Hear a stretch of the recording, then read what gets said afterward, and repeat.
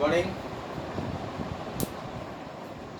जो 7.2 exercise complete हो गया था हमारा और न्यू टॉपिक है हमारा RHS congruency, right angle hypotenuse side congruency property. क्या है ये देखो, एक ट्रायंगल में और दूसरे ट्रायंगल में, ये टू ट्रायंगल्स हैं, इसमें एक राइट एंगल ABC एक ट्रायंगल है और PQR दूसरा ट्रायंगल है। इसमें right angle means 90 degree angle, B और R इक्वल है, ठीक है। फिर उसके बाद हाइपोटेन्यूज 90 के सामने वाली साइड, उसको बोलते हैं हाइपोटेन्यूज। ये हाइपोटेन्यूज, ठीक है, ये इक्वल हो और एक अदर साइड दोनों में से कोई सी भी हो। राइट एंगल होना चाहिए, हाइपोटेन्यूज और अदर साइड कोई सी भी हो, दोनों में से कोई सी भी हो सकती है। ये भी हो सकती है इसकी इक्वल या ये इसकी इक्वल हो सकती है, कोई सी भी इसकी इक्वल हो सकती है। तो हम इसको बोलेंगे RHS कॉन्ग्रुएंसी प्रॉपर्टी रूल्स, ठीक है। अब RHS कॉन्ग्रुएंसी प्रॉपर्टी ये तो है SSA। देखो आप, दो साइड है और इंक्लूडिंग एंगल नहीं है, तो प्रॉपर्टी होगी SSA।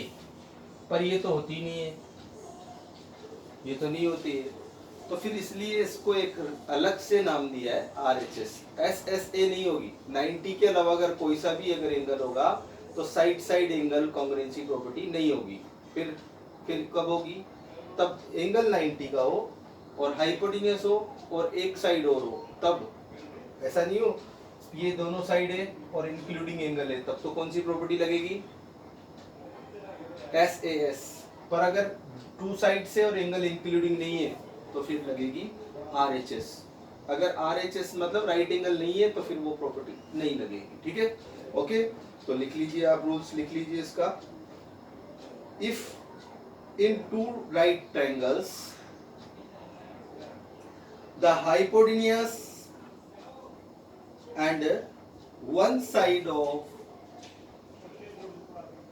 hypotenuse and one side of one triangle are equal to the hypotenuse and one side of another triangle, then the two triangles are congruent and this property is called RHS congruency property. तो ये आपका, ठीक है।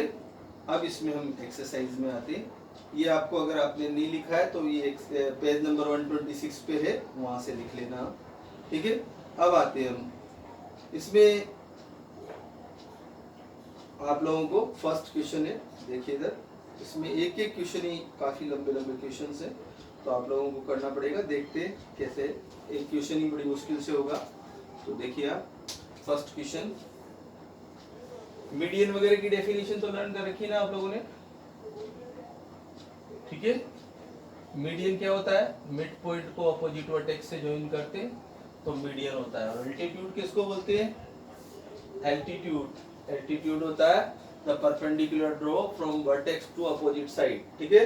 तो अब ये कह रहा है सर, एक ट्रायंगल है और ABC and DBC are the two isosceles triangles on the same base BCO, ठीक है। BC पर ये एक ही बेस पर टू ट्रायंगल है और दोनों आइसोसेलिस ट्रायंगल है। एक तो ये ABC और एक है DBC। इस BC बेस पर है ये आपका DBC, ठीक है। टू आइसोसेलिस ट्रायंगल है। अब कह रहा है sir, on the same base BC vertex A and D are on the same side of BC। BC के दोनों एक ही साइड में है और D, ठीक है। If AD is extend, AD को एक्सटेंड किया, ये ज्वाइन करते हुए नीचे लाए और इसको एक्सटेंड किया कहाँ तक? P तक। ये P इसका इंटरसेक्टिंग पॉइंट है, ठीक है। टू शो ABD और ACD कॉन्ग्रुएंट है। गिवन आप लोग लिख लेना, इसमें जगह नहीं है हमारे पास क्योंकि क्वेश्चंस में सॉल्व करने का, ठीक है। तो गिवन आप लोग लिख लेना। चैप्टर है आपका 7 और एक्सरसाइज है आपकी 7.3, ठीक है। और इसमें आपको फर्स्ट टू शो, गिवन आप लिखेंगे टू शो फर्स्ट है triangle A B D congruent triangle A C D, A B D A C D के क्या हो इक्वल हो, ठीक है। दूसरा है सेकंड जो है आपका वो है आपके पास triangle A B P congruent हो triangle A C P. Third है, एक ही क्वेश्चन में बहुत सारे हैं इसमें, yes, A P bisect angle है as well as angle D, as well as angle D, ठीक है। और फोर्थ नंबर जो क्वेश्चन है वो है A P is the perpendicular bisector of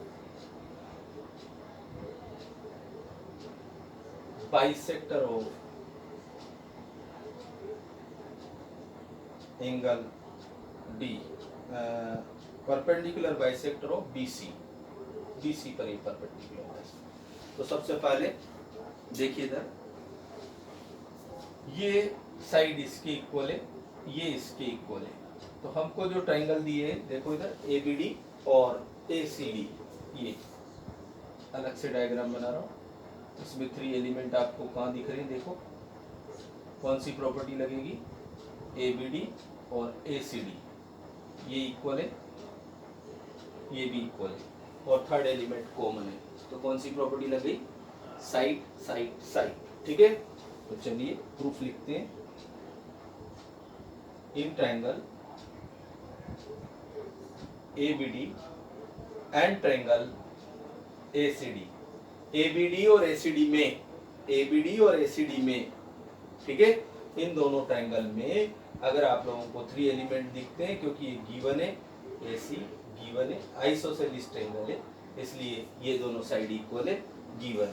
फिर दूसरा B D equals to D C, ये भी गिवन है, और थर्ड है A D equals to A D, common side है।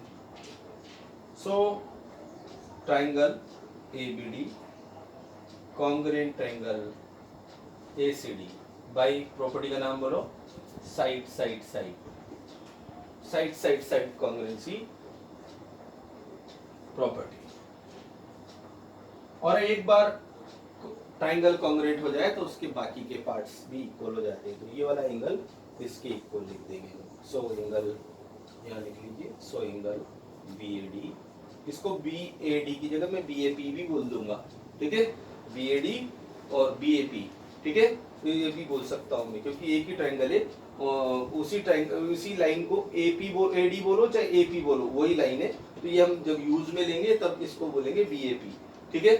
और इक्वल्स टू ये दूसरा है C A B by C P C T, by C P C T. और कुछ ले सकते हैं कि यहाँ से, और तो जरूरत नहीं है, साइड्स तो हमारे पास ऑलरेडी है, ये एंगल हमको चाहिए नहीं, तो ये यही नंबर हमको आगे चाहिएगा। इसका मतलब अगर ये है तो इसका मतलब यहाँ पे लिख दीजिए कि ए पी बाइसेक्ट करता है, ए पी किसको बाइसेक्ट कर रहा है, bisect angle A, so A P bisect angle A, ये हमने प्रूव कर दिया, ठीक है। आया समझ में? फर्स्ट 2 क्वेश्चंस हमारे हो गए। इसमें आपको फर्स्ट क्वेश्चन हो गया और ये थर्ड का एक पार्ट हो गया। ये डी एंगल डी वाला अभी नेक्स्ट उसमें लेंगे, ठीक है। तो ये तो अभी हम नेक्स्ट में लेंगे, पर यहाँ तक कंप्लीट करो। ये तो 4 पार्ट से, ठीक है।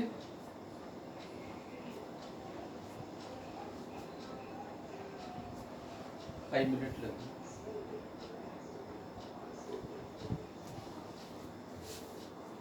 ठीक है, यहां तक हो गया। अब आते हैं इस ट्रायंगल को ए बी पी और ए सी पी, ये 2 ट्रायंगल्स लेंगे इसके बाद, ठीक है। यहाँ पे बना रहा हूँ डायग्राम, देखिए इधर in triangle A B P and triangle ACP। ये आपका डायग्राम बन गया। देखिए इधर इसमें क्या क्या हमारे पास है, ABP और ACP, ठीक है। इसमें ये साइड आपके पास है ऑलरेडी है। ये एंगल यहाँ से इसको ले लेंगे आप, सेकंड हो गया, और थर्ड ये कॉमन पार्ट है, ठीक है। तो ये आपका प्रॉपर्टी लग जाएगा साइड एंगल साइड, ठीक है। लिखिए सर, तीन एलिमेंट लिखना है। AB equals to AC given है, उसके बाद angle BAP equals to angle CAP by equation 1। ये रहा BAD की जगह मैं बोलूंगा BAP। इसमें D तो है ही नहीं, तो एंगल तो बोलेंगे ना हम पूरा, BAD तो है ही नहीं इसमें, तो फिर P तक बोलेंगे इसको, ठीक है।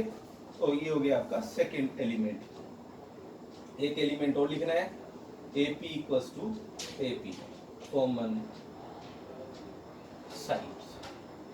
सो ट्राइंगल, ये कॉमन साइड होते ही आपका ट्राइंगल कॉन्ग्रुएंट हो जाएगा, और कॉन्ग्रुएंट होते ही आप यहाँ लिख सकते हो कि ये, ठीक है। तो ये आपका ट्राइंगल कॉन्ग्रुएंट हो गया, और ट्राइंगल अगर कॉन्ग्रुएंट हो गया सो आप लिख सकते हो ट्राइंगल APP कॉन्ग्रुएंट है ट्राइंगल ACP के by side angle sine congruency property. अब यहां से आप लिख सकते हो ये वाला एंगल इसके इक्वल, ठीक है। और BP इक्वल्स टू PC ये भी लिख सकते हो, सो BP इक्वल्स टू PC, ठीक है, बाय CP/CD। सो इसका मतलब हो गया AP बाइसेक्ट BC, ठीक है। इसका मतलब हो गया AP बाइसेक्ट BC, जो लास्ट क्वेश्चन था। अब परपेंडिकुलर प्रूव करना है, तो अभी तो ये एंगल और angle APB equals to angle ACP, APB और APC, APB और APC दोनों इक्वल है। APB और APC क्यों इक्वल है? By CP/CD। और इसको मैं X भी मान रहा हूँ, ठीक है, या K मान लो, कोई दिक्कत नहीं, जो भी आप माने, लेट कर लो इसको, K मान लीजिए। अब देखिए इधर, यहाँ देखो इधर, ये वाला एंगल और ये वाला एंगल, ये दोनों इक्वल है, और दोनों का सम कितना है, क्योंकि लाइन पे बने हुए एंगल है। और angle APB plus angle APC is equal to 180 degree linear, ठीक है। इसको नंबर दे दिया था आपको, नंबर दो इसको थर्ड, और इसको दो 4, ठीक है। A प्लस ये लीनियर पेयर है, दोनों को K मान लिया हमने, K plus K is equal to 180। So 2K is equal to कितना हो गया हमारे पास, 2K हो गया हमारे पास 180, और K की वैल्यू हो गई हमारे पास 180/2, 180/2 मीन्स 90 डिग्री। और अगर ये 90 डिग्री है आपका, सो इसका मतलब हो गया आपका फ्रॉम इक्वेशन, यहाँ तो ये बाइसेक्ट कर रहा है, और यहाँ पे ये 90 डिग्री। फ्रॉम इक्वेशन कौन सी है, third and 5, from equation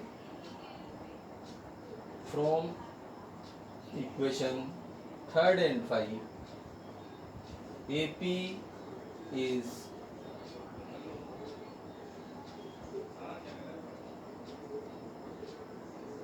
perpendicular bisector of BC। तो आप लोगों के कौन कौन से क्वेश्चन हो गए, देखो इधर, फर्स्ट क्वेश्चन हो गया, सेकंड हो गया, AP bisect angle A as well as angle D का रह गया, A का तो हो गया था।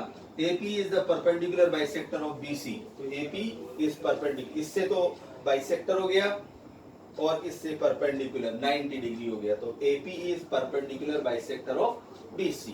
और अब इसमें D तो इसी में ले लीजिए, ये इस वाले ट्रायंगल में लेना पड़ेगा, इस वाले ट्रायंगल में ये 90 डिग्री है, ठीक है, ये दोनों 90 डिग्री आपके पास आ गया, ये 90 डिग्री है, और ये वाली जो साइड है इक्वल है, ये वाला ट्रायंगल लेना आप, फिर आप लास्ट वाला आप कर लेना इसमें ये, ठीक है, ये ट्रायंगल लेना पड़ेगा, ठीक है। ये आपको गिवन है, ये 90 है और ये कॉमन है, तो इसमें प्रॉपर्टी लग जाएगी RHS, right angle hypotenuse side. और अगर ये ट्रायंगल कॉन्ग्रुएंट होता है तो BDP और CDP इक्वल हो जाएंगे, तो एक और ले लेना इसके बाद, ठीक है। सो इसका मतलब हो गया जो DPA या APA, DP और AP एक ही लाइन है, DPO चाहे APO, तो DP एंगल किसको, AP किसको बाइसेक्ट करती है, एंगल D को भी बाइसेक्ट करती है, ये RHS से आएगा, ठीक है। तो इसके लिए फिर एक और ट्रायंगल लेना पड़ेगा इसके बाद में, ठीक है। Also triangle BDP and CDP RHS से कॉन्ग्रुएंट है, और अगर ये कॉन्ग्रुएंट है तो फिर उसका मतलब DP जो है एंगल D को बाइसेक्ट करती है, ओके। आप लोग करना है इसको लास्ट वाले को, ठीक है। यहाँ तक मैंने सब बता दिया। अगर आप इसको नहीं कर पाओगे तो RHS कॉन्ग्रुएंसी प्रॉपर्टी लगानी है। इसमें राइट एंगल है आपके पास DPP और DPC, ठीक है। फिर हाइपोटेन्यूज है BD DC के इक्वल है, और तीसरा है DP कॉमन, तो ट्रायंगल कॉन्ग्रुएंट हो जाएगा। और अगर एक बार आपने ट्रायंगल को कॉन्ग्रुएंट कर दिया तो फिर ये वाला एंगल इसके इक्वल लिख देना, इसका मतलब हो गया इसको बाइसेक्ट करता है, ओके। इतना ही करिए आज, थैंक यू।